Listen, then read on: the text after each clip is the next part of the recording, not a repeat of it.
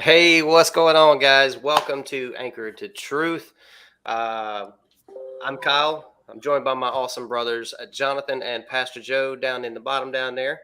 Yes, sir. We would like to welcome you to tonight's show. Tonight, we're going to be talking about some pretty interesting stuff. But first, just to let you know, our goal is to help others build faith and restore hope by sharing our love of truth through a kingdom mindset. So that's what we do, guys. And we're not a news channel, that sort of thing, but we do want to make sure that we are addressing topics of the day. And I think one of the biggest topics of today, right now, anyway, you've probably been living under a rock if you haven't heard something about the new 10 commandments that are coming, right? The climate change 10 commandments. Oh boy. So Yep. we're going to be addressing some of that tonight, and we've got some information to share with you. So stick around. It's going to be a fun one. Jonathan, what you got going on this evening, man? You doing okay? Oh yeah, great. We got done celebrating some Veterans Day stuff. So saying thank you to for the service for some of the guys in our community, and we just for everybody online, obviously appreciate you guys who've served. And if you know somebody that served, make sure you let them know that you thank them and that you love them and support them. So yeah, that's kind of how my evening's been going. Just had a nice little dinner. That's awesome, man. As a matter of fact, you know what? It's a great time to also bring up, always be in prayer for our veterans and our current military who serve. If you know, 22. There's 22 veterans every day across this nation who unfortunately make the decision to take their own life. And that's a sad thing, guys. So we definitely try to find a way to be in touch with a veteran that you know or you come across, and be there for them, and see if you can be that light to shine the gospel of the kingdom to them and give them that hope that they really need. Sure. So, For sure. Hey, thanks, Jonathan. Amen. Appreciate you. And by the way, thank you for your service, my friend. Brother Joe, what you got going on, my friend? Always all kinds of things. Let me adjust this mic real quick.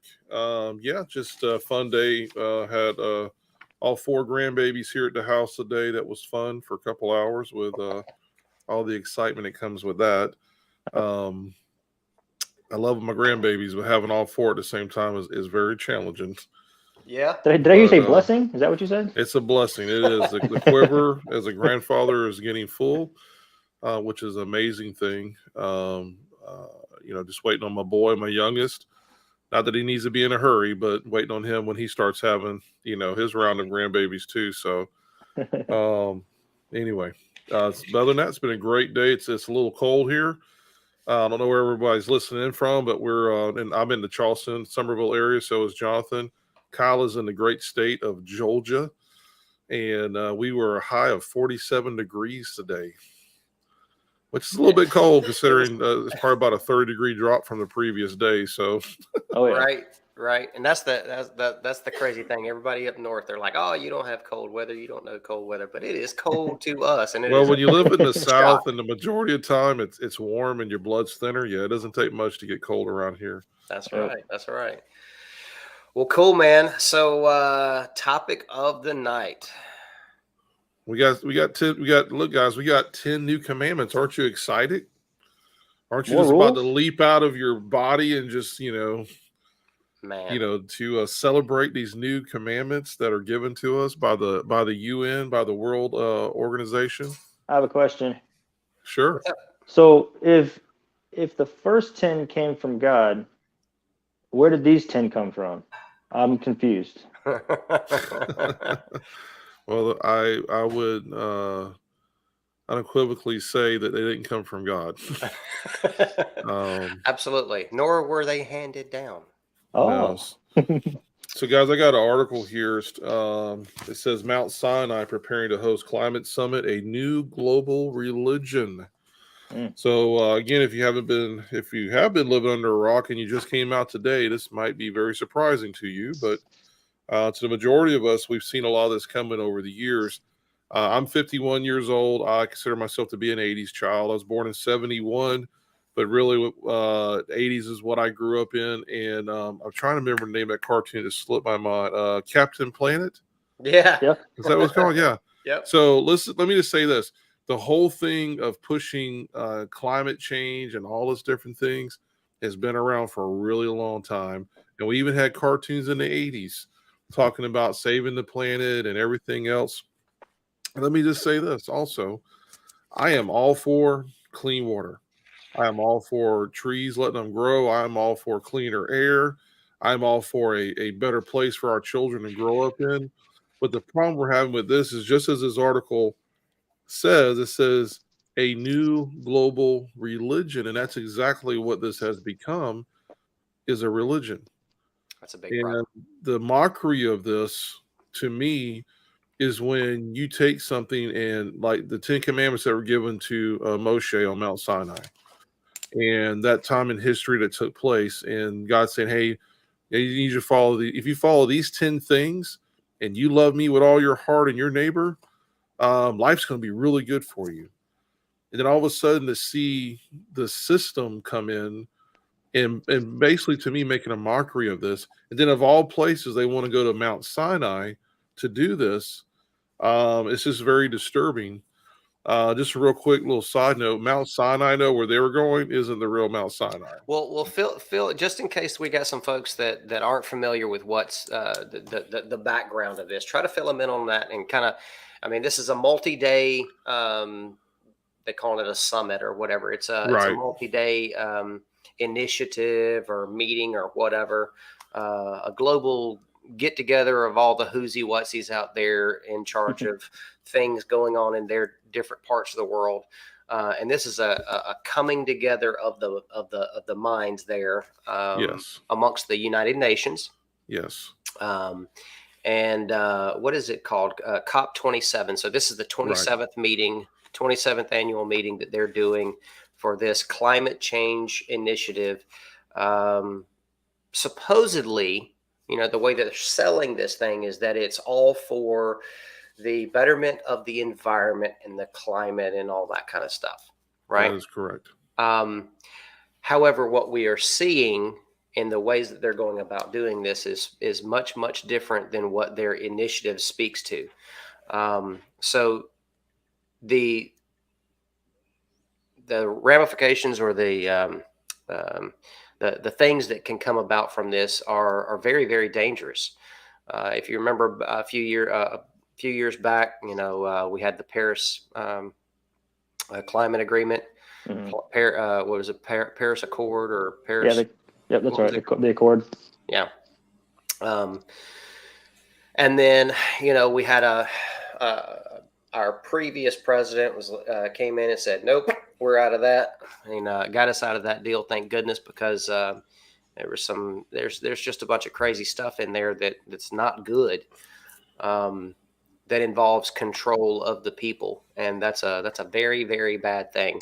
Unfortunately, our current president has got us back involved in all that stuff, and is pushing for all this stuff as well. So that's kind of the gist of it, and we're going to be talking about some of the I guess probably less desirable things that can come from this whole process and what they're doing. So again, we are all completely on board with clean water, clean planet, clean earth, all that kind of good stuff.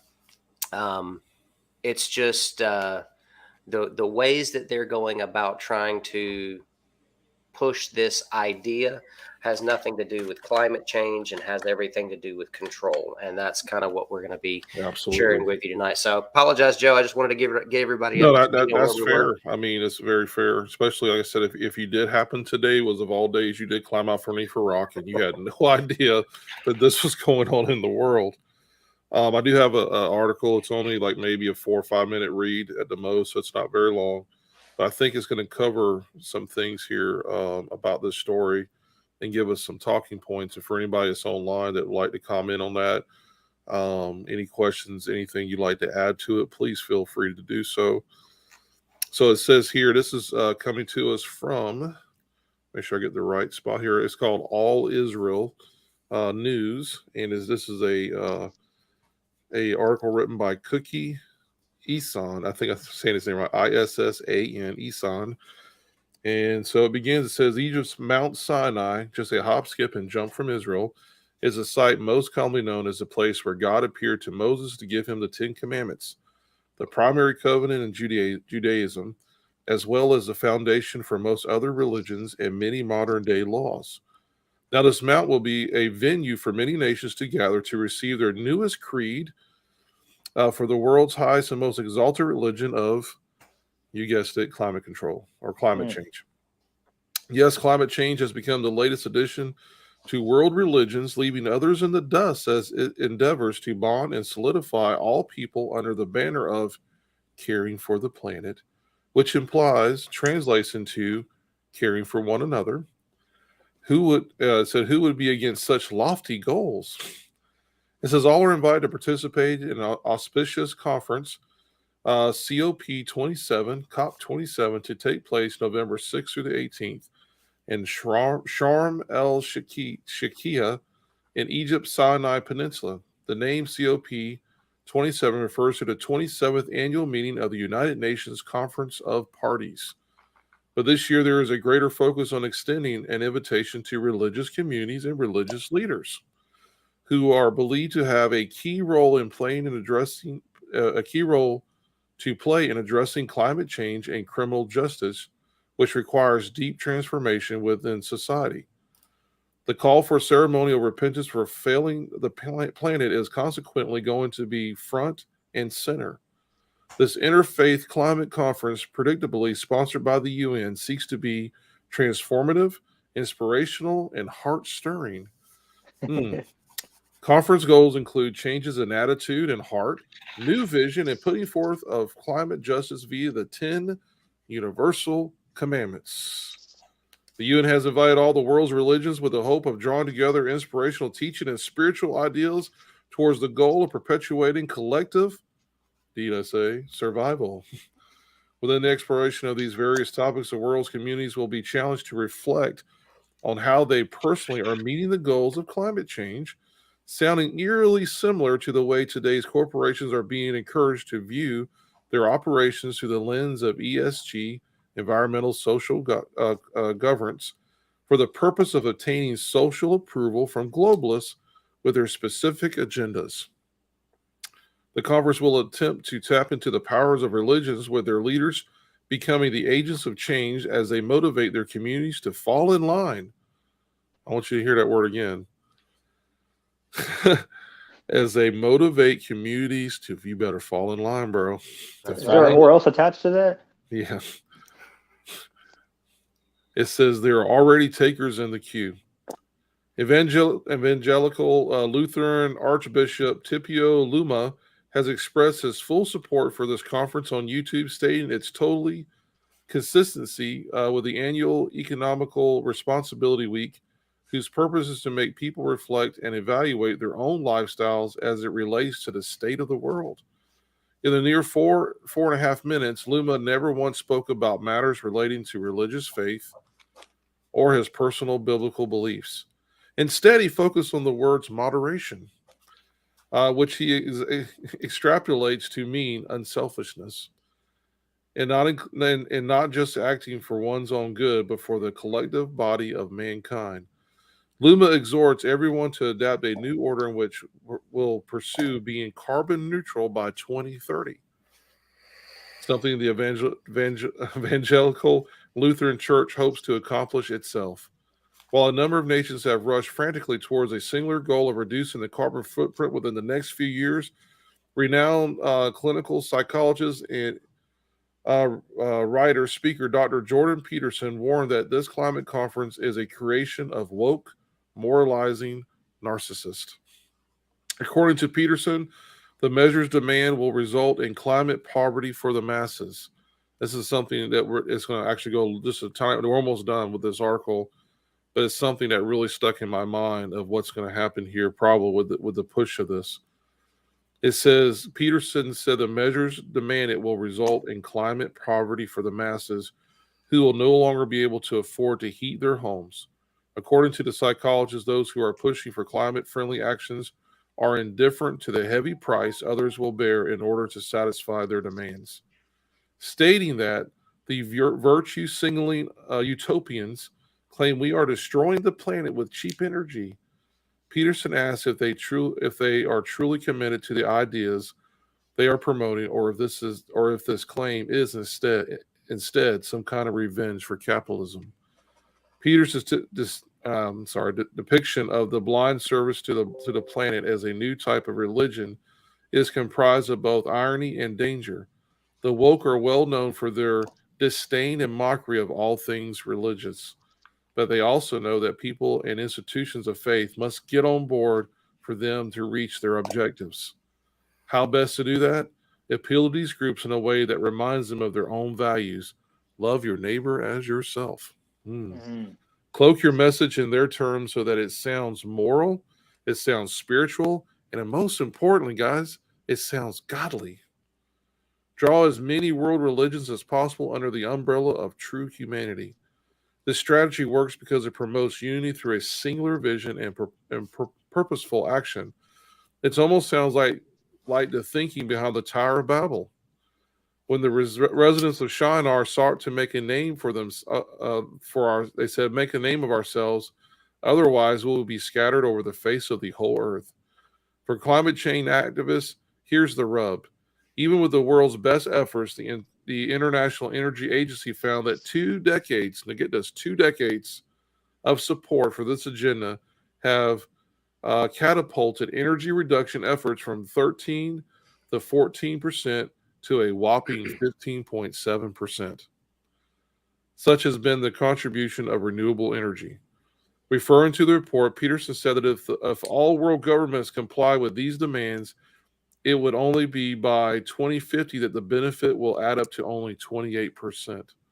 Astonishingly, it is only in the year, and we'll all be dead by this point, 2207, that 100% of its goals will be achieved. Nearly 200 years from now, in fact, projections are that full eradication of CO2 will not occur until 2242. While this new climate religion promises a kinder, more thoughtful world in which everyone is to look out for their fellow man, all of that goodwill comes at a great discomfort and suffering for ordinary people. Yep. Who must learn to sweat or freeze, depending upon the season. The religion demands it. This is no messianic dawn filled with a hope and redemption. Instead, this faith devours its adherents, leaving it in its wake lack and want. Don't waste any time. Sign up for this holy doctrine, whereby salvation is an ever-evolving path towards intense suffering for humanity, which excludes a God of love, compassion, and hope. The religions of the world might be forewarned not to heed the call of unity towards futile, self-serving goals, which will only benefit a small select few, but which ultimately will plunge humanity into an abyss of horror. That's the end of the article there. So, wow. There's a lot in there for sure. Yeah. So one of the first things that I took note of in this is this not something that they're looking to find common ground in, right? They're not looking for common ground. They're looking to start and build and create this new religion. That's what they're claiming, right? That quote unquote leave the others in the dust. Now, what kind of implications do you think that means? Not very good. Well, I'll say the first and most obvious one is, the push across the world is religion is bad, and religion has caused so much death, and religion is, all the points that are made about religion from the world's perspective is generally very negative. And then, it's almost like a slap in the face for them to come out and be like, but our religion is different. It's almost like, let's move away from religion. That's archaic. That's old.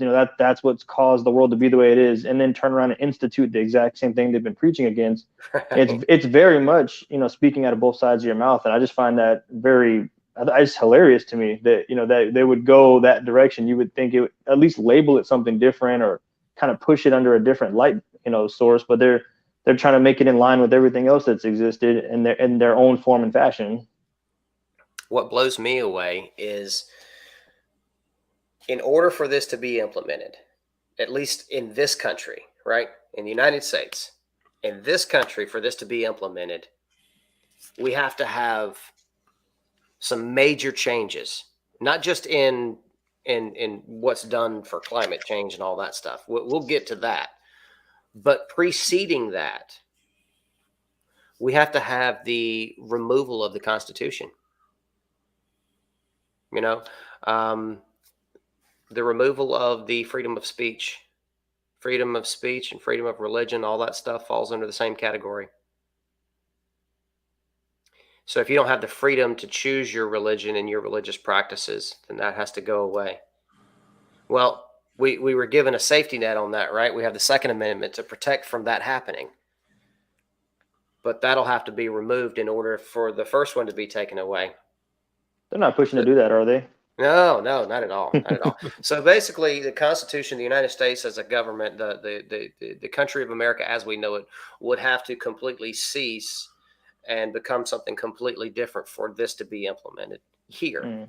And that's their goal. So all the rights and freedoms that you have now, they're gone. And for the people who are pushing this, I don't think, or the people who are supporting this, the young people of today, I don't think they really understand.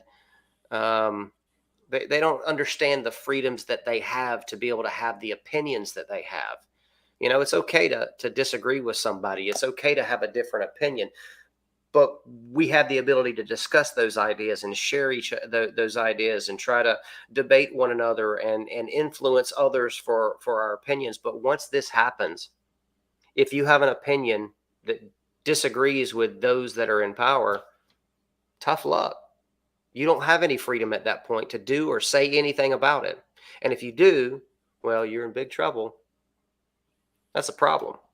Well, and the other thing that comes into that is, you know, when you're talking about not having the ability to choose, is you kind of run out of like the whole capitalism mindset. I mean, I know that's obviously one of their big attacks, but you know, like we build things now for many different purposes. You know, like let's think of a car. Some cars we built to go fast. Some cars we built to carry a lot of people. Some cars we build to go long distances. Well, if it's going to be all like climate minded, that means all cars have to be utilitarian and built for the same purpose with the same ability. And, you know, like a big diesel truck, you know, like it's difficult, if not impossible to replace. You know, they've been working on that, at least in the technology that's available to us. You know, they've been working on that, and you know, the distances aren't even close to, you know, the same ability. The time from, you know, one side of the nation to the other side is completely different. And I think when you start to make everything the same, everybody has to be the same. You know, you see those movies where everything's like super cookie cutter and everybody's wearing the same shirt and the same house and the same everything. It's like there is a place, I guess prison is the best example of that, where everybody, you know, even in the military, we have different jobs and different, you know, roles, but in that life, you're really not going to have that. And so then the best and the brightest can't be pushed forward. The best ideas can't be pushed forward because, or you can't try new things and invent new things because it has to be this amount of climate change initiative. It has to be this amount of CO2. And, you know, you run out of a lot of ingenuity that way. And a lot of like the advancements that we've made throughout the history of the world, they wouldn't be the way they are today without things like that. Yeah. Something I wanted to touch on this too, guys, was the dangers associated with this, with a one world religion. So with a one world religion, you're basically saying we're all going to fall under some umbrella, right? And we already see the Pope is one of the main guys out there pushing this one world religion, from Islam, Christianity, Judaism. I mean, you name it, it's out there. You're talking about bringing everyone under the same umbrella. And I wish we would have played it tonight, but one of our good friends, Joy, was in Israel for about 2 months, and while she was there, she was at I forgot where she was at. Maybe Kyle, you could pull it up. I see you over there working. I'm gonna see if I can. If you could, that'd be great. But she was, I forgot where she was, somewhere outside, but there was this big tent covering. And when she went into it, it was all the different religions. Well, I wouldn't say all of them, but it was a large group of from Islam. Even had what surprised me, even had Jesus Christ up there, which I thought they would probably throw him out, wouldn't even put him as part of it. But under this umbrella, it had all these, I say umbrella, it's a big tent, but under that tent was all these different religions, and in Israel they're promoting, in certain places they're promoting the one world religion. So when Christ comes back to establish his government here for the 1,000 years, and let's say this one world religion does take off. Let's say it becomes something that let's say Jesus isn't coming back tomorrow or in the next 10 years. Let's say down the road, this is something that gets really implemented, and as generations go by, becomes more and more, because the more something is there, the more it becomes a truth. The longer it's there, the more it's going to become normal way of life.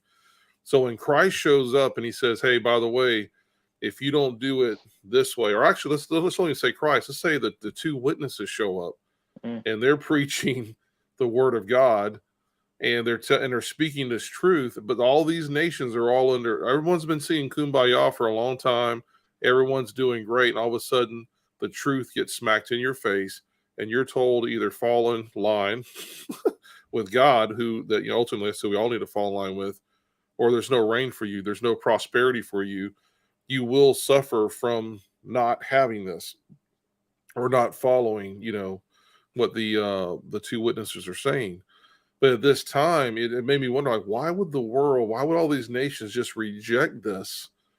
And, when the two witnesses die, what are they doing, guys? They're celebrating around the world that these two guys got killed, and the Revelation says they're giving gifts to one another. So to me, society's still got a little ways to go before we get to that point. Where it's like when these guys show up, they're going to be so hated for speaking the truth. And I think if this right here gets feet underneath it more and more, this could be very well the catalyst is pushing, behind that, at the time. So anyway, sorry about all the noise, man. No, I don't know right. why that started playing without yeah. But this is the video we were talking about from our friend who went to Israel to visit. Yeah, see if you can break down some of this stuff, and hopefully this isn't so loud it's blowing your eardrums out. If it's too loud, guys, let me know, okay? Yep. Yeah, this is the one world government, one world religion, I mean. Wow. Catholic. Not sure what that is. Muslim. I'm gonna mute the sound because I don't want that music to get us banned. Yeah. Right. There's Jesus. And any idea what that is, Jonathan? Not off the top of my head. I know it's representing different regions of the world. I saw some South America and some like Africa, Asia type stuff. So right. I think it's more, obviously all the religions, but for sure the regions of the world they're trying to encompass. Yeah. So the thing about this, guys, is that wow. From what we went through previously, and I'm not going to say the name of it, but how within Israel, the thing that surprised me but didn't surprise me is when we were going through our time the last 2 years, and it was told by their people if they didn't comply and fall in line, that they would not be able to buy, sell, and trade. Mm-hmm. This is coming out of quote unquote God's land. And then we see out of God's land the support. I'm not saying everyone there, so I'm not trying to blanket this that everyone lives in Israel is supporting this, but we see a lot of things, unfortunately, that feel like they're being jump-started, they're being pushed, out of Israel, and that's just one of the examples of that. Mm-hmm. Yeah, one of the things while you were reading that article, that really the like some it's like the words. Obviously, that's the thing that I wanted to focus in on. It was saying like let's gather the religious leaders in order to help control or to help push. It was very specific mm-hmm. and a lean on the way that they were saying that. And one, it kind of brought up some feelings, of course, just about, forget the new 10 commandments, just the fact that there's people in the world that think that our religious leaders and the religious establishment have control and have that much push and say in our lives and the way we work. And it's kind of a hard truth to almost wrap around in your own brain to say, what am I being controlled by, or what theologies, what messages, what doctrines, what statements, from your local church body even, or your conventions are saying, hey, this is the direction we want you to go. You kind of don't really have a choice. You either do this or you're not going to be a part of our group. And that's a scary thought, to say that, within our own small churches and our own small, religious gatherings, there is that potential and that ability. Of course, that's why I think we're told more to lean on scriptures and lean on God and the Holy Spirit. So that way we're not beholden to a man or a system that could lead us astray. But then to see that the world is aware enough of that power and that potential for abuse, that the world wants to tap into that. And so the world sees that, religion is powerful, and God in using his name is powerful. But the inverse of that would be, using it for their own ill-gotten gain. And, to take that momentum and that ability to say, hey, maybe some people aren't as versed as they think they are in their scriptures, or some people aren't, like some of the Barner polls that are very, eye-opening, to say, who's a true believer, and who tithes, and who does all these different things that we would think are, staples and cornerstones of our faith. There's a lot of people that don't actually, adhere to some of that. And I think these leaders across the world are saying that's, I don't know. I guess they assume that that's something they can take advantage of, and it's sad, but it's also eye-opening. Yeah, and what's scary to me when I think about it, I mean, my first thought goes to, the statement, fall in line, right? Well, how is this going to be enforced? What is that going to look like? What are all the ins and outs of how that's going to happen? So rights and freedoms have to be removed, right? We know, we understand that that's going to happen. Rights and freedoms are going to have to be removed. And then make it sound godly. So one, there's some deception going on. Not that it is godly. We're just going to make it sound godly, right? Right. We're going to appeal to the peasants who believe in a God and all this other stuff. And then the carbon neutral by 2030.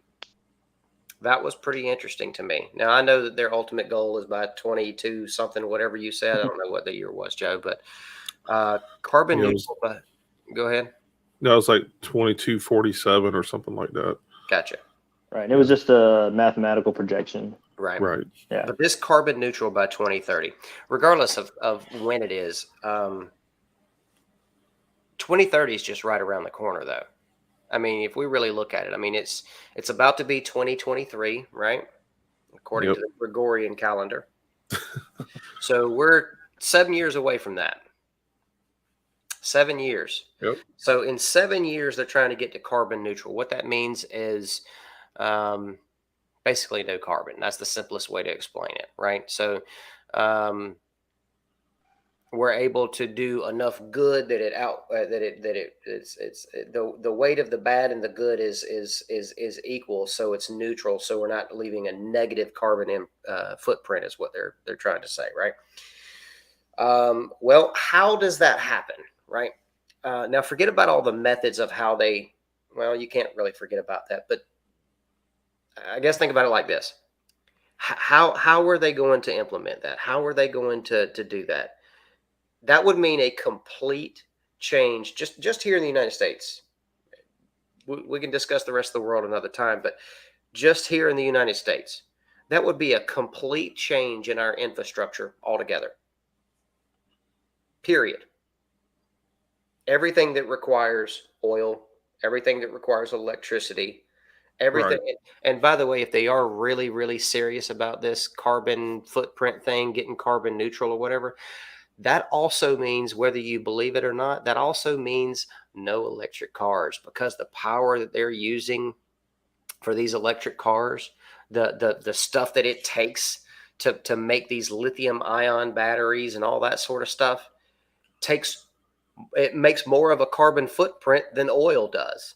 Yeah, but I think they're going to hide behind that. Not really. I still think if you look at the agenda from our commander in chief with this multi-billion dollar all green, whatever bill he wants to call it, one of the things that their goal is to get rid of all the gasoline, diesel motors, and sure.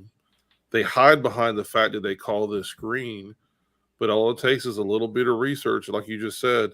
The amount of energy it takes to dig into the earth to get the all the stuff for the lithium batteries, all the material needed to make these cars, these batteries, does more harm to the environment than what our cars are previously doing now.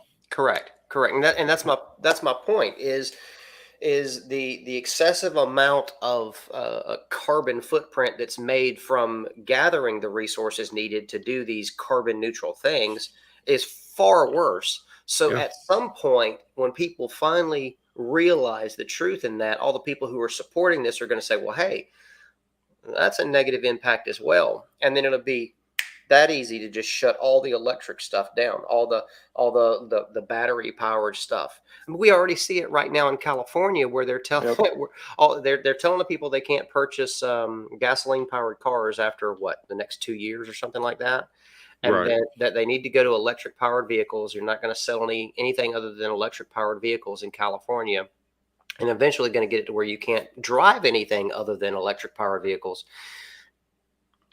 But they're not allowing people to charge these cars because they're in rolling brownouts or rolling blackouts right now. They can't use the power that's needed to power these things. So it's I guess that's what I'm getting at. That's the whole process. Is everything about your life is going to change. And I don't mean just you're going to go to work in an electric vehicle versus a gasoline power or a diesel powered vehicle. No. Your entire life is going to change. You're not going to be able to heat your home. You're not going to be able to have a vehicle. You're not going to be able to have anything that exists really in modern society today that we have in this country under this new system. It removes all of the infrastructure for building things. It puts all of the power. It puts everything in total control of the government. Now, that's the first part of it. The second part of it is this. One of the biggest things that I hear misused all the time is the separation of church and state. Right? That, first of all, that was never part of anything having to do with any of our government, our nation's. That was a letter that was sent by a president to someone that he knew. It was a personal letter. It had nothing to do with government structure or anything whatsoever. But the idea of separation of church and state was so that the church did not control government, and so that the government did not control church. It had nothing. It gave freedom. Because that's what they were trying to get away from, was this tyrannical government. And they didn't want one having more authority or power than another. You have the freedom to choose under the system that we currently have, or this system that was originally created anyway. They're wanting to remove all of that, and in the name of religion, have total control. Make it make sense. Make it make sense how you can want everyone to have their specific religious freedoms removed so that you can implement your religion. Exactly. How is that any? That's just tyrannical overlords. Yeah, well, as the article said, you're dealing with a bunch of narcissists. Right. Well, and like I said earlier, I think it's one of the things where they've learned. Like I said, it's a blessing that we can kind of all fall under the same Bible and the same teaching and try to walk this life, and this walkout.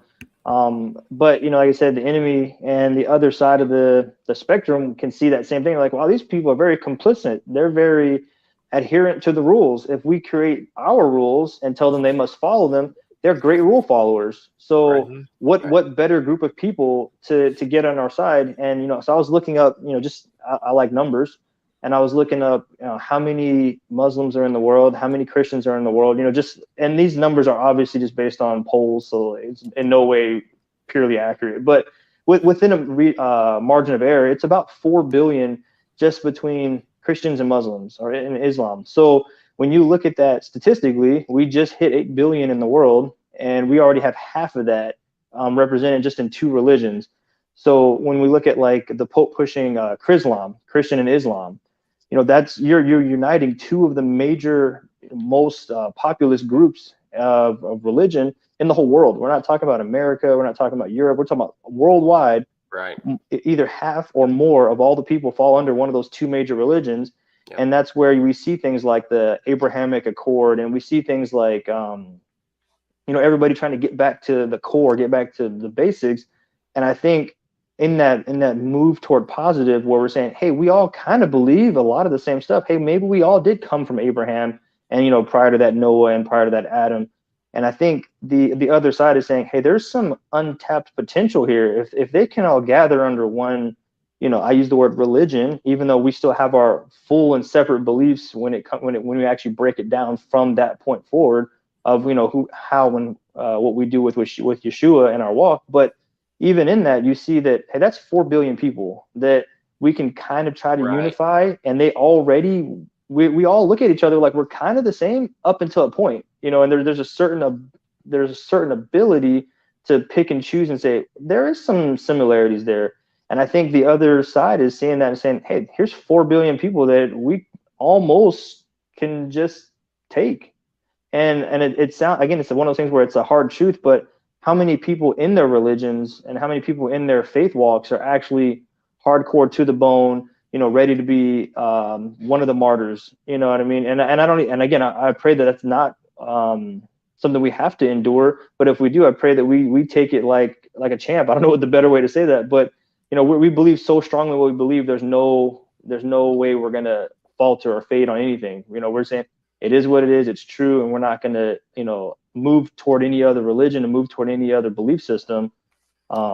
I would hope that would be the case, but it seems as though, for them to be pushing it in the way that they're pushing it and the groups that they're going after, it seems statistically like they're probably have something going for them on that perspective. Hey guys, if y'all have anything down to say on this, anybody in the comments, if y'all have any input on this, we'd love to hear from you. Please let us know if you've got information that maybe we haven't discussed tonight on this topic. Or if you have any insight to any of this stuff, please let us know down in the comments. We'd love to be able to share that as well. So let us know. And as always, guys, make sure you like, subscribe, and share all that kind of good stuff. Joe, what you got for me, man? Let me mute my mic real quick. So ultimately, man, this mic keeps. There we go. So ultimately, for what we've been discussing tonight, this all comes down to control, which we know.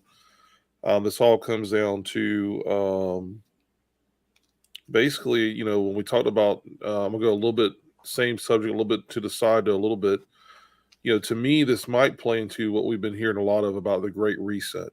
Mm-hmm. And I've always thought, how could we do this? How could we all, come under this thing? And so there's so many things that pop up like these, the COP 27 thing going on, the new 10 commandments, all the world religions coming together, everybody wanting to, be in one accord.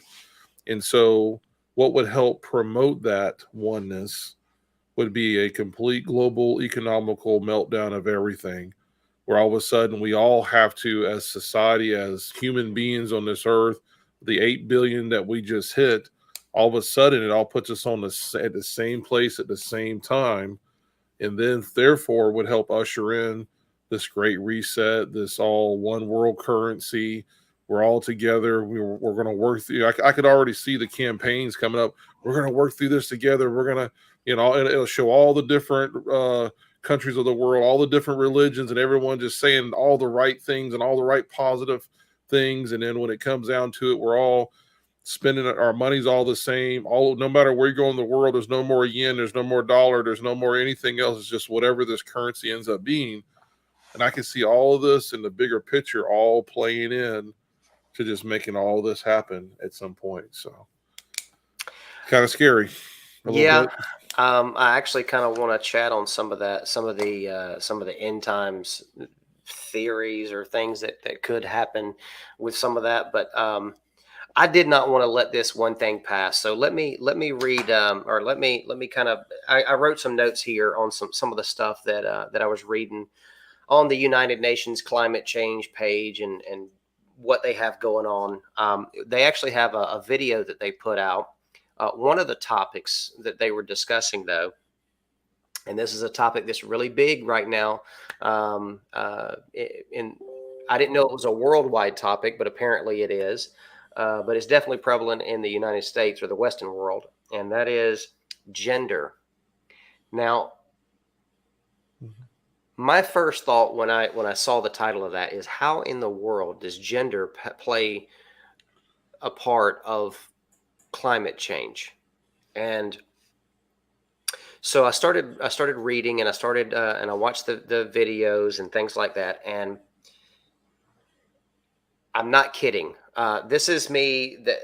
All I have done now. I'm not quoting anything specifically here, but I may have a few quotes in here, but I'm kind of giving you the gist of this long version, right? So this is how gender plays a role according to them in climate change, and what we are to do about it to affect climate change in a positive way. In some parts of the world, men go to work while women stay at home and grow food with no irrigation. So the rich countries should greater tax its working class citizens, and these women get better education, which somehow gives them equal rights. I don't know how that happens, but better education gives them equal rights, so that they can get jobs instead of staying at home and growing food for their family. They can get jobs, and even better jobs, and therefore, because they have these positions, they can now have decision-making power, so that they can then make decisions on the issues of climate change. I don't know if you caught that or not. So basically what that's saying is, pick a country, a third world country somewhere in the world. You are going to be taxed on a much higher tax bracket so that you're not able to provide for your family the way that you have been providing for them so far. You're going to be taxed so that they can take your money and pay for education for people that we don't even know want it. Pay for education so that in the future, the specific group of people, women in these countries, will be able to get themselves to a position of power, and then at that time, they can make the changes that are necessary to impact climate change in a positive way. Make that make sense? Well, I mean, in a small way, right? And I just want to jump in because I can see across history and across different nations, it's definitely, it's got all the telltale signs of an indoctrination program. They want to see where you are today, and they realize with what you know and how you live, you are uncontrollable. You are not part of the controlled group. So in order to have control, you don't take it by force. You implement it slowly through processes like taxing the beans out of people. Well, if you don't have money and you need assistance like medical or whatever, you will have to go to the source of the control to get the necessities. And same thing with now this call it programming or indoctrination of these people that hey, we gave you this money to get this education. Now we want you to comply with what we believe and how we move forward. Aren't you thankful for what you have? If you are, then you serve us essentially, or we will take it all away. You almost have that threat that's always kind of looming. And I think that's one of the keys that we've seen played out over and over and over and over again is just, we don't actually, the powers that be generally don't care too much about the people. They just care about what the people can provide, and that they can maintain some level of control. because once you lose that control, well, then you lose your power. So I think that's the key to all that. Yeah. We got a comment down here. I think we ought to address that here in just a minute. I thought I would throw this out here too. So as far as like end times implications and that sort of stuff, my idea of how they could possibly implement this in a way, if they could actually get us to a carbon neutral at any point in time in the future, how would they do so? Because there's so much that has to happen, right? If we're going to continue to build society, if we're going to build buildings and bridges and things like that, energy has to be used, right? So regardless of who's in power and regardless of how that power is manipulated or used or whatever, how are they going to be able to actually achieve what they're trying to achieve? In other words, do they even really think that this is possible, or is this just selling a big lie so that they can have control? That's one option. The other side of that is, do they actually think that this is possible? And if so, it's going to require there to be a completely different system, something that we're not familiar with, to be able to provide power for machines, equipment, or whatever. And it makes me think about the pyramids. And I know that sounds weird, but hear me out. It makes me think about the pyramids. It makes me think about, well, they haven't figured out exactly, or they haven't shared it with us anyway, how they were able to move these giant stones, right? And get them put into place where they're at on these pyramids. We currently don't have technology or equipment that we know of that is able to move this stuff, these humongous stones. So what technology did they possess back then that we don't have now? Sean Griffin's Babylon series on Kingdom in Context is pretty cool, and he goes into detail about pyramids and all kind of good stuff. And in that series, he discusses a lot about the tools, if you will, that has to do with ancient flying machines and all kind of other stuff. And if you've ever watched any episodes of Ancient Aliens, you've seen all kind of theories on that stuff, right?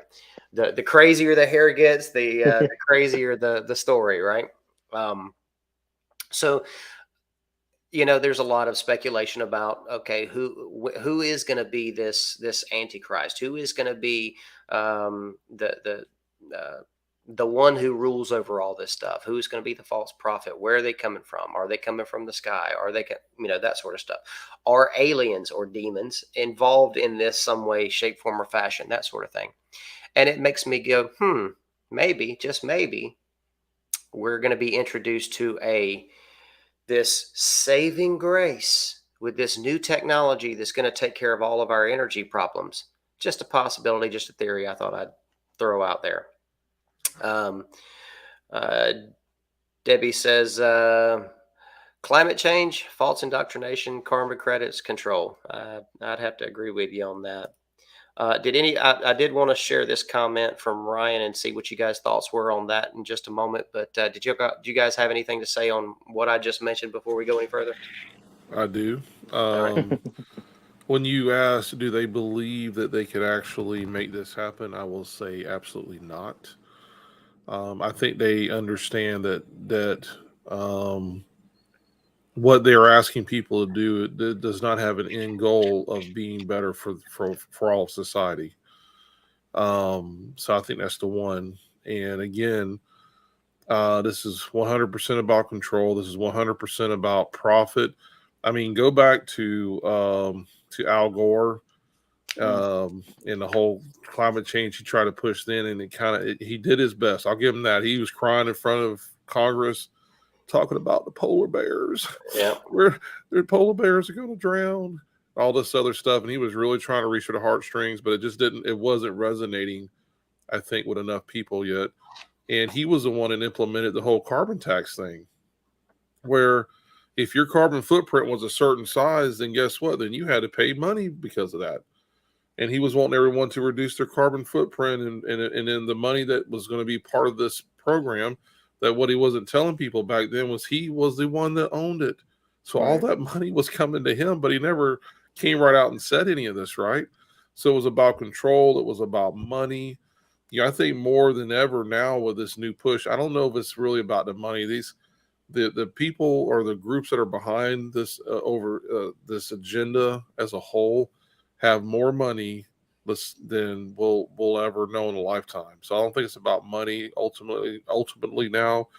I think it is about control. It is about an agenda. It is about bringing this world into a place that is removed. See, here's the thing, the enemy. If you look at the overall picture to me, it's about removing us from God, from our Creator.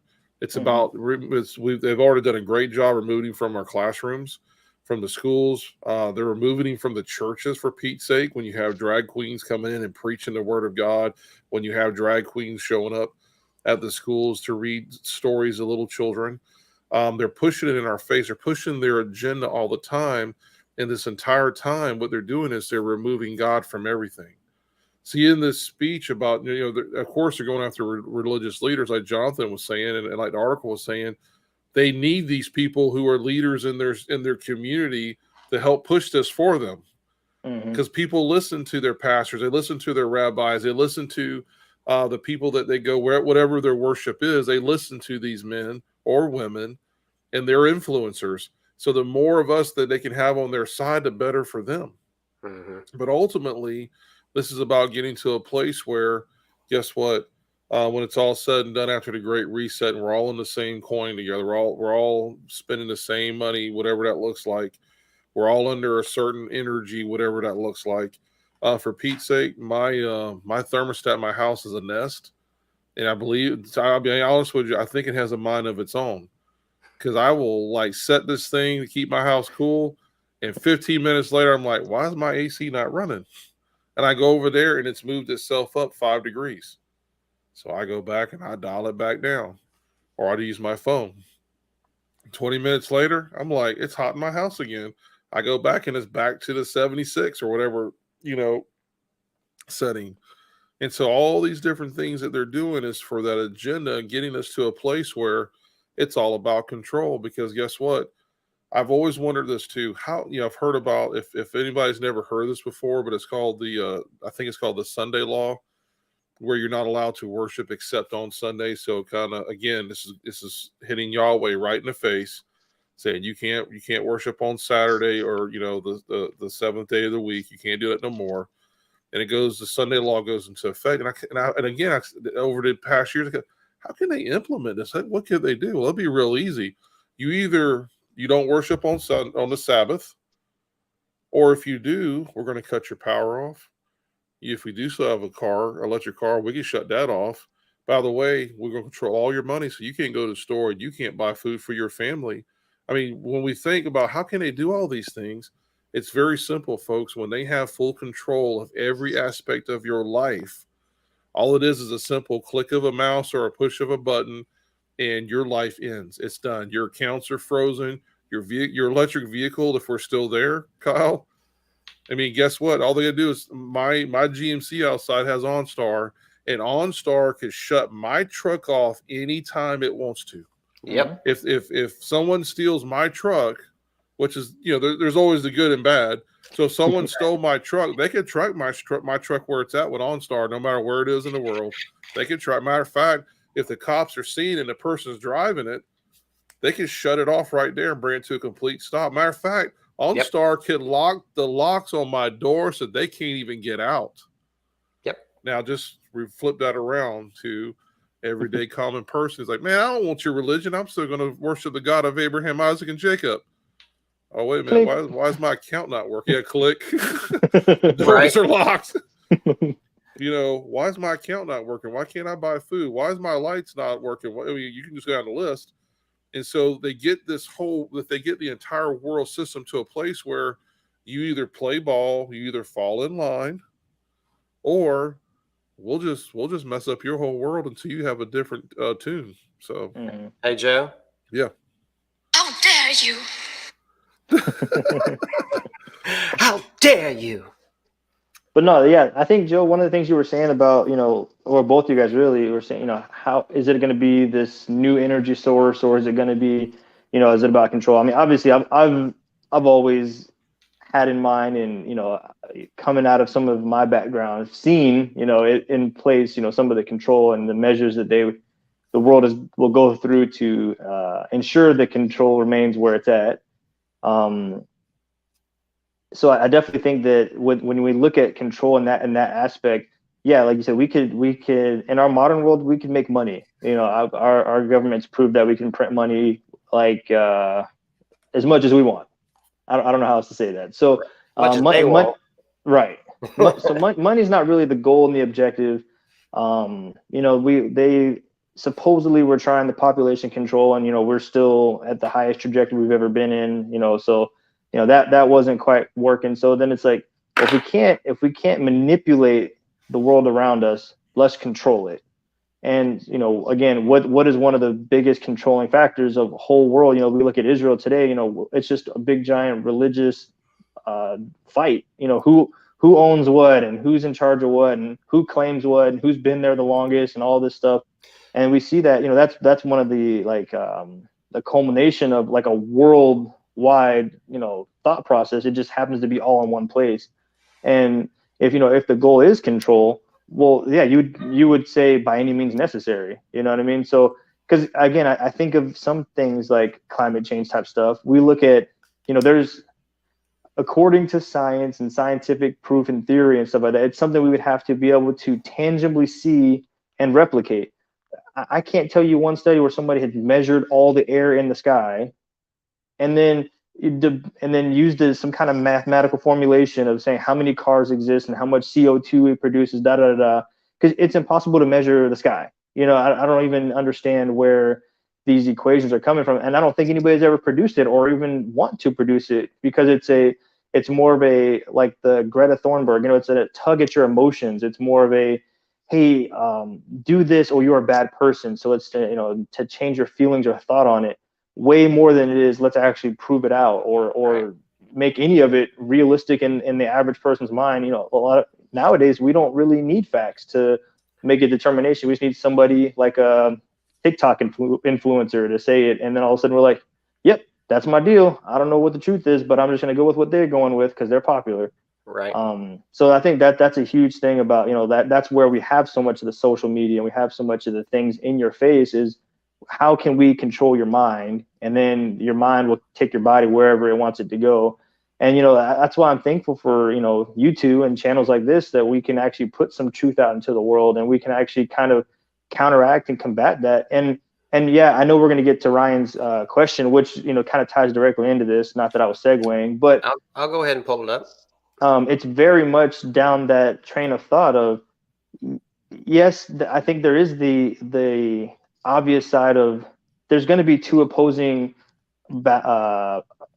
opponents in the world, right? There's going to be the good side and the bad side, and we're going to see that battle play out. We see it every day. We've seen it since creation in the garden all the way through the end times. We're going to see that struggle. And I think, yes, that process is going to happen. There's no way to avert it, but we can say, how many people can we take along with us? How many people can we ensure that are in the Lamb's Book of Life? And I think if that's our goal and objective, no, we're not trying to stop what's happening, because it's going to happen. But we can say how many souls can we affect, and how many, because that's where the battle is actually won. The battle's not won over what, did you drive a different car, or did you, do anything that we would deem on an earthly sense to be awesome or cool. You know, it's like, hey, did you affect that person in their life? Are they now going to be counted amongst one of those with you when you get there?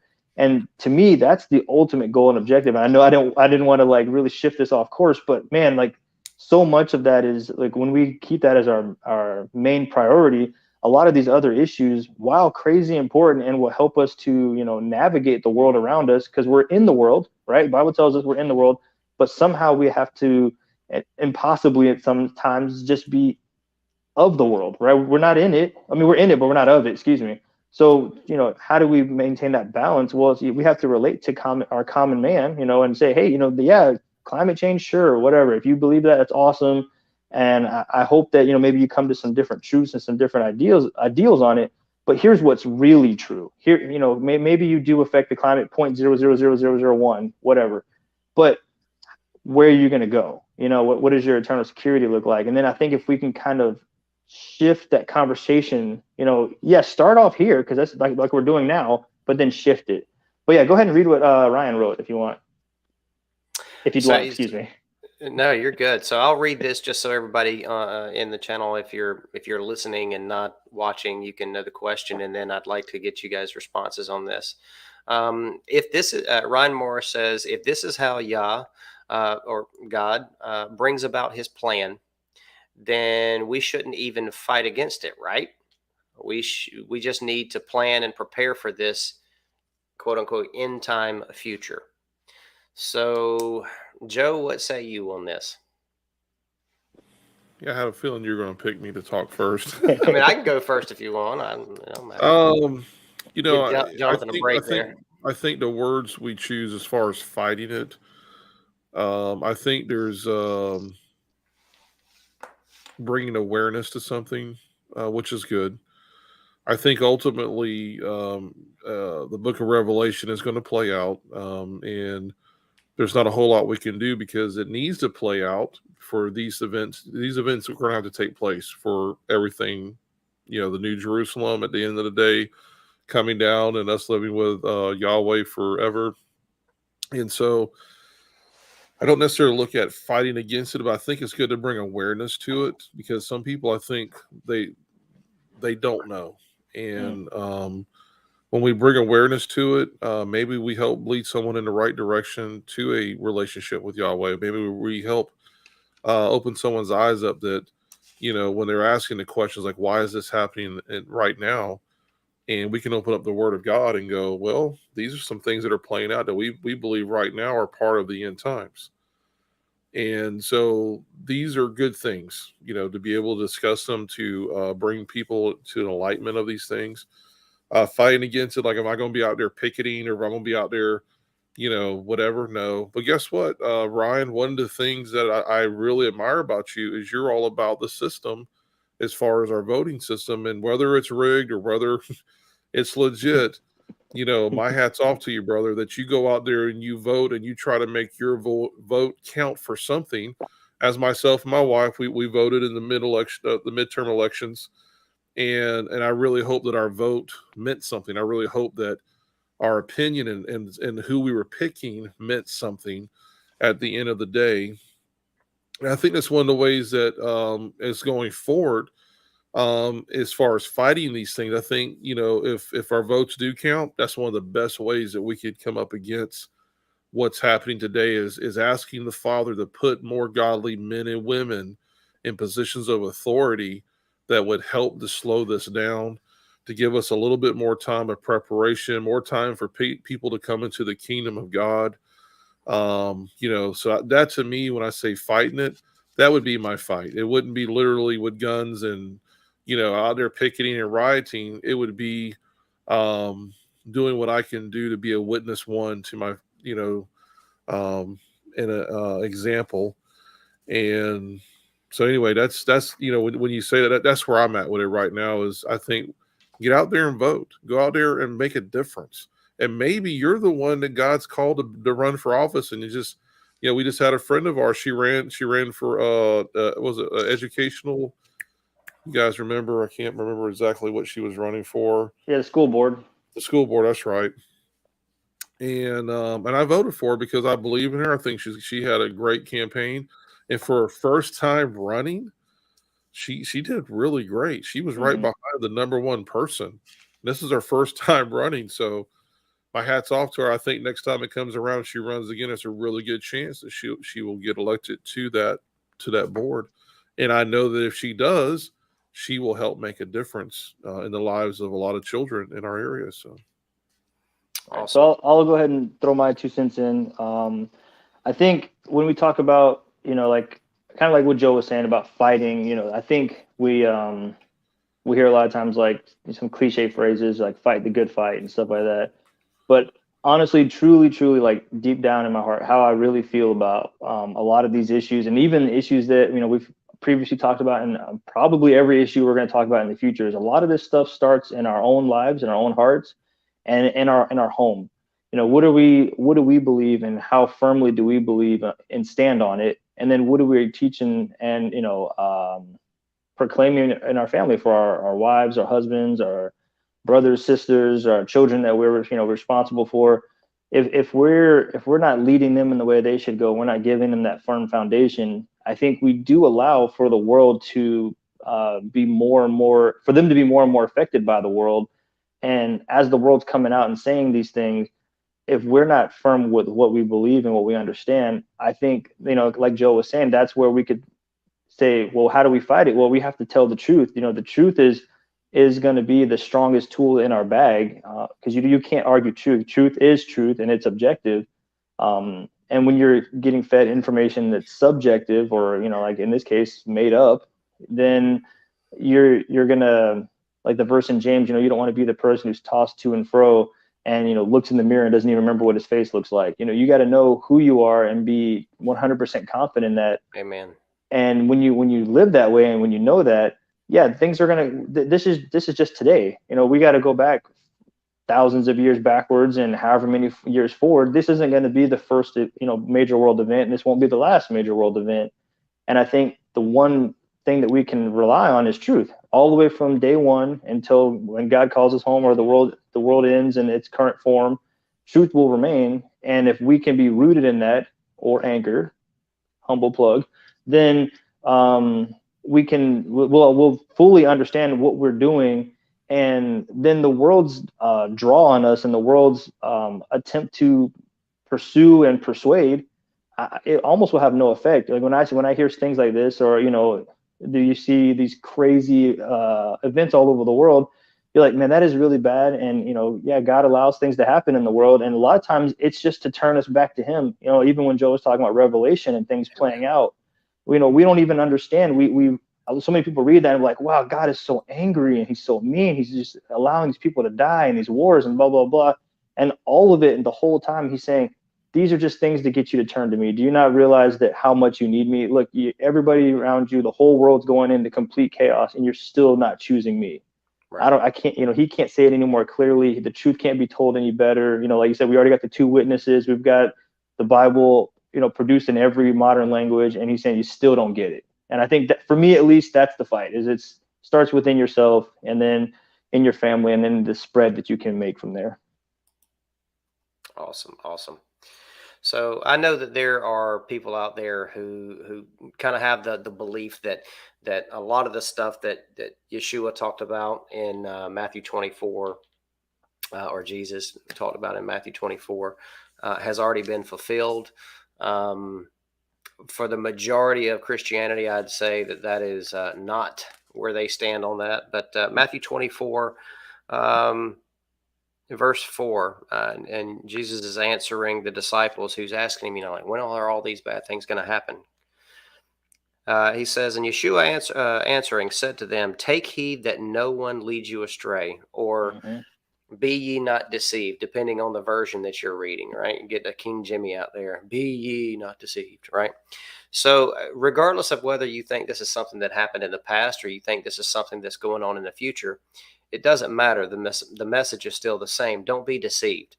And I think if there's anything that we can do to do our part in spreading the gospel, is to repeat the things that Yeshua said. Right? We can mimic Him by saying the things that He said and doing the things that He did. Right? And if He said, "Be not deceived," well, I'd say that's probably a good one to hang on to there. Right? So opening people's ears, eyes, minds, and hearts to the fact that there could be a deception out there is a big part of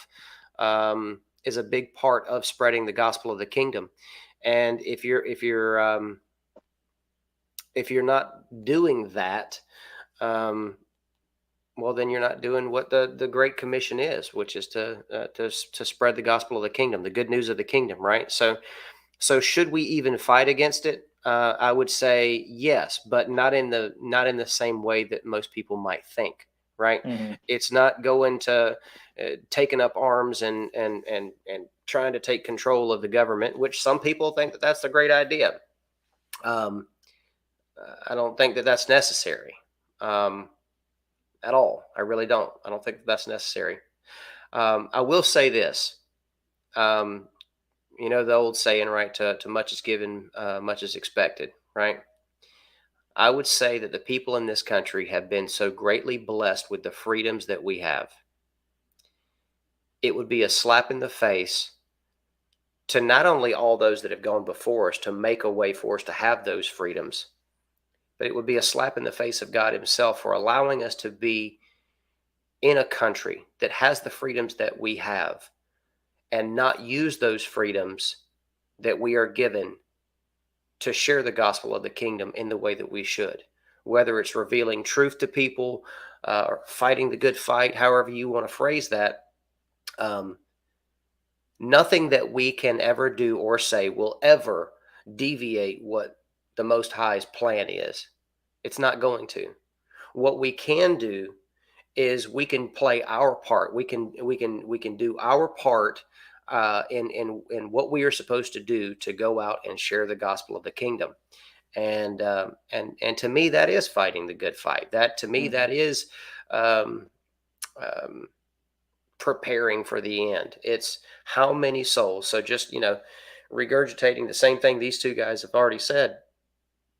It's how many souls can we bring to the kingdom in whatever time we have left, right? So yes, he's gonna bring his plan about no matter what. We got to keep our heads down, right? Take heed that no one leads you astray, for many shall come in my name, saying I am the Messiah, and they shall lead many astray. And you shall begin to hear of fightings and reports of fightings.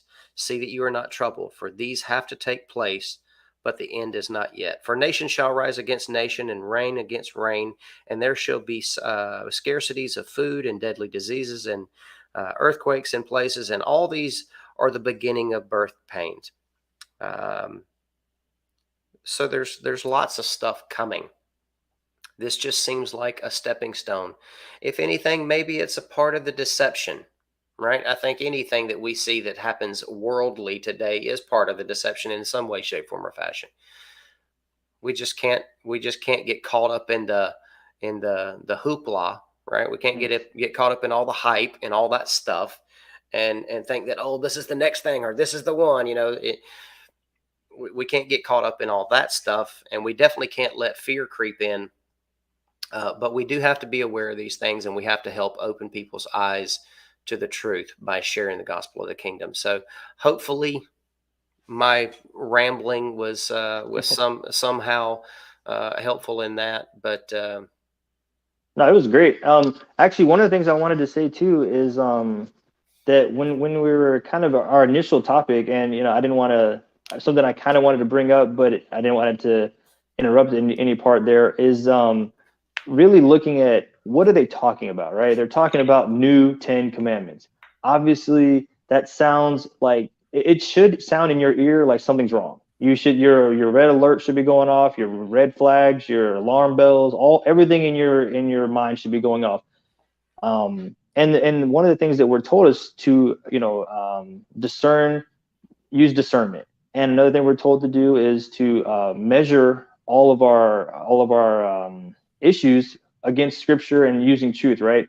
So one of the verses it's actually two verses that I want to read, just to kind of compare and contrast to see what's actually going on versus what occurred in real life and real history back in the book of Exodus. So Exodus 19 through 20, Moses led the people out of the camp toward God, right? So let's stop there for a second. We're talking about Moses, and he's leading the people toward God. So that's already the initial process, is Moses, a prophet, one of God's people, leading him back to God. So then it continues and says, and they took their places at the foot of the mountain. Now Mount Sinai was all in smoke, for Adonai had come down upon it in fire. The smoke rose like the smoke of the kiln, and the whole mountain trembled violently. So again, Kyle was just reading some verses about, there'd be earthquakes and wars and signs and different things that are going to be occurring. But we see here, this is all from the Father, and this is all God. He descended on the mountain, and where he's at, the earth itself speaks. The earth itself has to tremble where he's at, and all the people there knew that this is not a normal earthly experience. This is God. So it continues to say that the blare of the horn grew louder and louder as Moses spoke. God answered him in thunder. So that's the 19 and 20. And that's the story that I see Moses leading them up to the mountain. Now, when we look through this news article and we start thinking about, climate change and whatnot, one, the initial story has nothing to do with climate change. If anything, God just created a bunch of smoke, which would be anti-climate change. But I just thought that was a funny little nugget. But as we look at the current version of that, are they going there searching for God? Because that's what Moses was going for. Are they going there to listen to what God has to say? It doesn't sound like it. And, being that we have the original story, it's going to be pretty simple to line the two up next to each other. And one's not like the other. We know which one to go with. So, that's one of the things that I encourage everybody, and us here, even on the chat, is when we see stuff like this, go back to scripture to where it talks about it and literally just audit and say, hey, this is what the Bible says. This is how God has moved in the past. This is how God has chosen to reveal himself in these different scenarios. Why would we expect anything different? And if we're looking for something different, guess what? We'll probably find something different, and it won't be God. Absolutely. Hey, Jonathan, I know you just got done finishing what you had to say, man. I was going to ask you guys for y'all's final thoughts on the evening on this subject. You want to go ahead and start us off, or you want me to go to Joe on this first? Yeah, Joe, go ahead. Yeah, my final thoughts on the evening again is something we discussed maybe last episode before that. This is our third one. Was the words of Yeshua saying, "Hey, do not take." How do you say it about these things have to come to pass? Like, don't be troubled. Do not be afraid, for these things have to come to pass. So, I'm telling everybody who's listening right now, do not be afraid. These things will have to come to pass. The things that we're going through right now.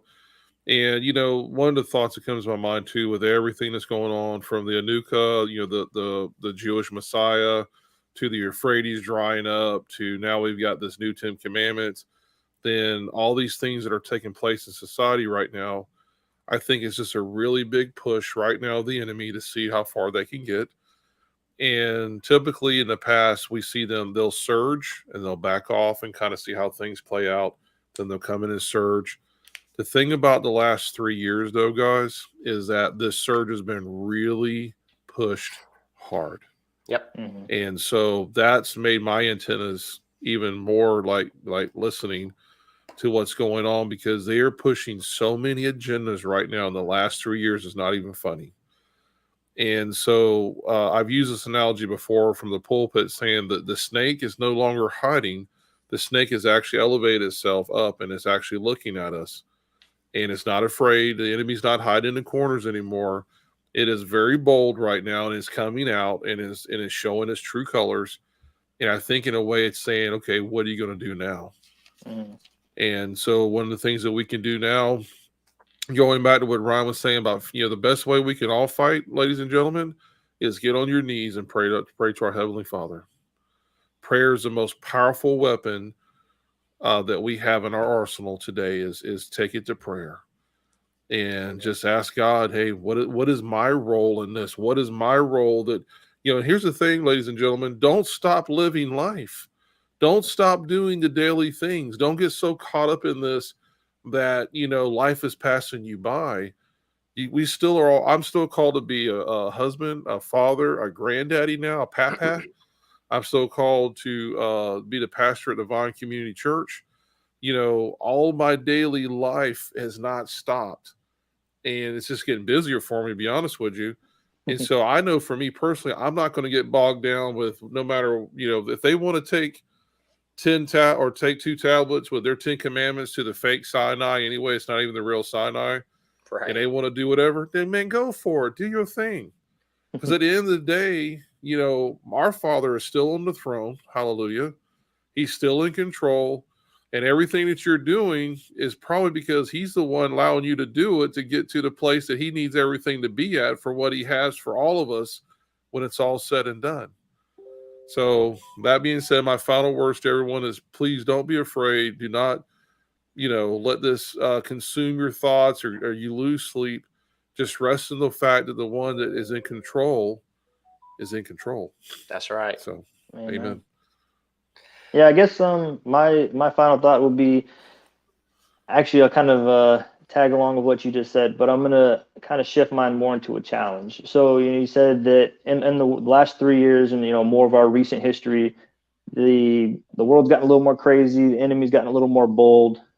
Things are, if not before, at least private now, are a little less private, and we all kind of get to see it, and it's a little more in our face. So my final thoughts are going to be more of a challenge. So the challenge here is, why?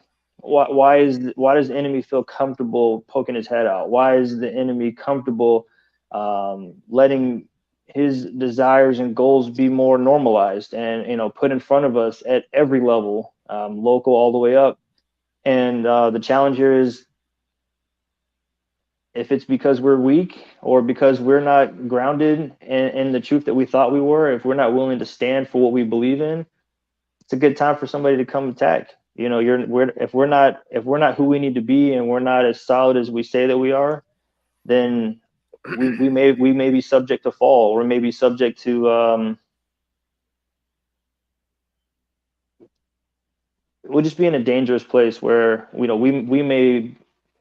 may have more issues than we think.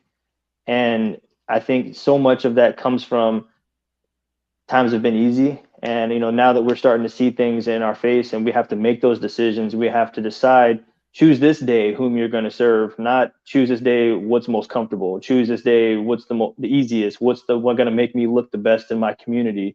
It's who you're going to serve. And so that's really my challenge, is like, if that's the case and that things are playing out the way they're playing out, it's time to figure that out. And real quick, Kyle, before you go, I just want to say this while it's on my mind. Jonathan, you hit the nail on the head right there, because I believe one of the things that was exposed over the last, we're going on our third year of what took place 3 years ago, was the weakness in the church. The church was very much exposed with the weakness within the church body, the compliance that took place, a lot of different things that went on, and especially the first 2 years. Really showed a lack of backbone. It showed a lack of commitment to Yah.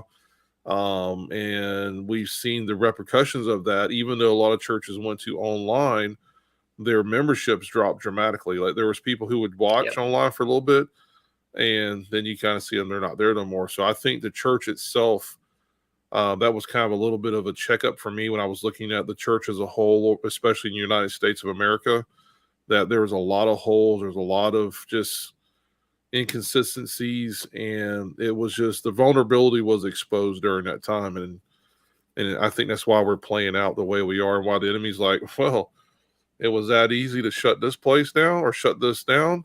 Well, hey, we're going full steam ahead then. So that's my 2 shekels on that one. So I really don't want to add too much, because I think you guys did a phenomenal job on that. And I appreciate your thoughts on that and where your heart is. I guess the thing that I would add, if I had anything to add to that, is this. Listen, I'm not of the mindset. I do pray that this channel is able to reach people in a way and hit them right where they are, and maybe they don't see eye to eye on everything that where we're at, and maybe and that's okay. But hopefully it will bring people to know Christ, that it'll bring people to know the Father. It will bring people to know about the gospel of the kingdom. It'll bring people to truth. Hopefully, that's our prayer. That's what we desire. But at the same time, there's a reality that we have to understand too, and that is, a lot of the times in live streams, we're kind of preaching to the choir, right? A lot of live streams audiences are going to be people who agree with them, right? So you got a lot of nodding heads in the background going, yep, the whole time. So if anything that I would say to the guys that are and gals that are supporting us and follow and are in the same line of thought that we are, if there's anything that I could say to that group of people, it's this. It's also a challenge. And that is, I challenge you to check yourself. I challenge you to really have the Father seek your heart and who you are in Him and how you represent Him. So that when you do go out and share truth with people, are they able to receive that truth because you're bringing that truth to them from a standpoint of love? Or are you just beating them over the head with a Bible, right? You know, I know I've been guilty of that in the past, and I pray I never do again. You know, my desire is to share truth with people and to grow in truth, but to do so in love. And if we can't do that, we're not going to be accomplishing a whole lot of anything for the kingdom. So that's my challenge: is to go and do right. Be that witness that you are called to be, to share truth with others, but do so in love. So Amen. that's my final thought for the evening. Thank you guys, everybody that was in the comment section commenting tonight. We appreciate you joining us. Absolutely. As always, guys, be sure to like, share, and subscribe. We appreciate you being here. We love you, and we will see you next week. Take care. All God right. bless. Shalom.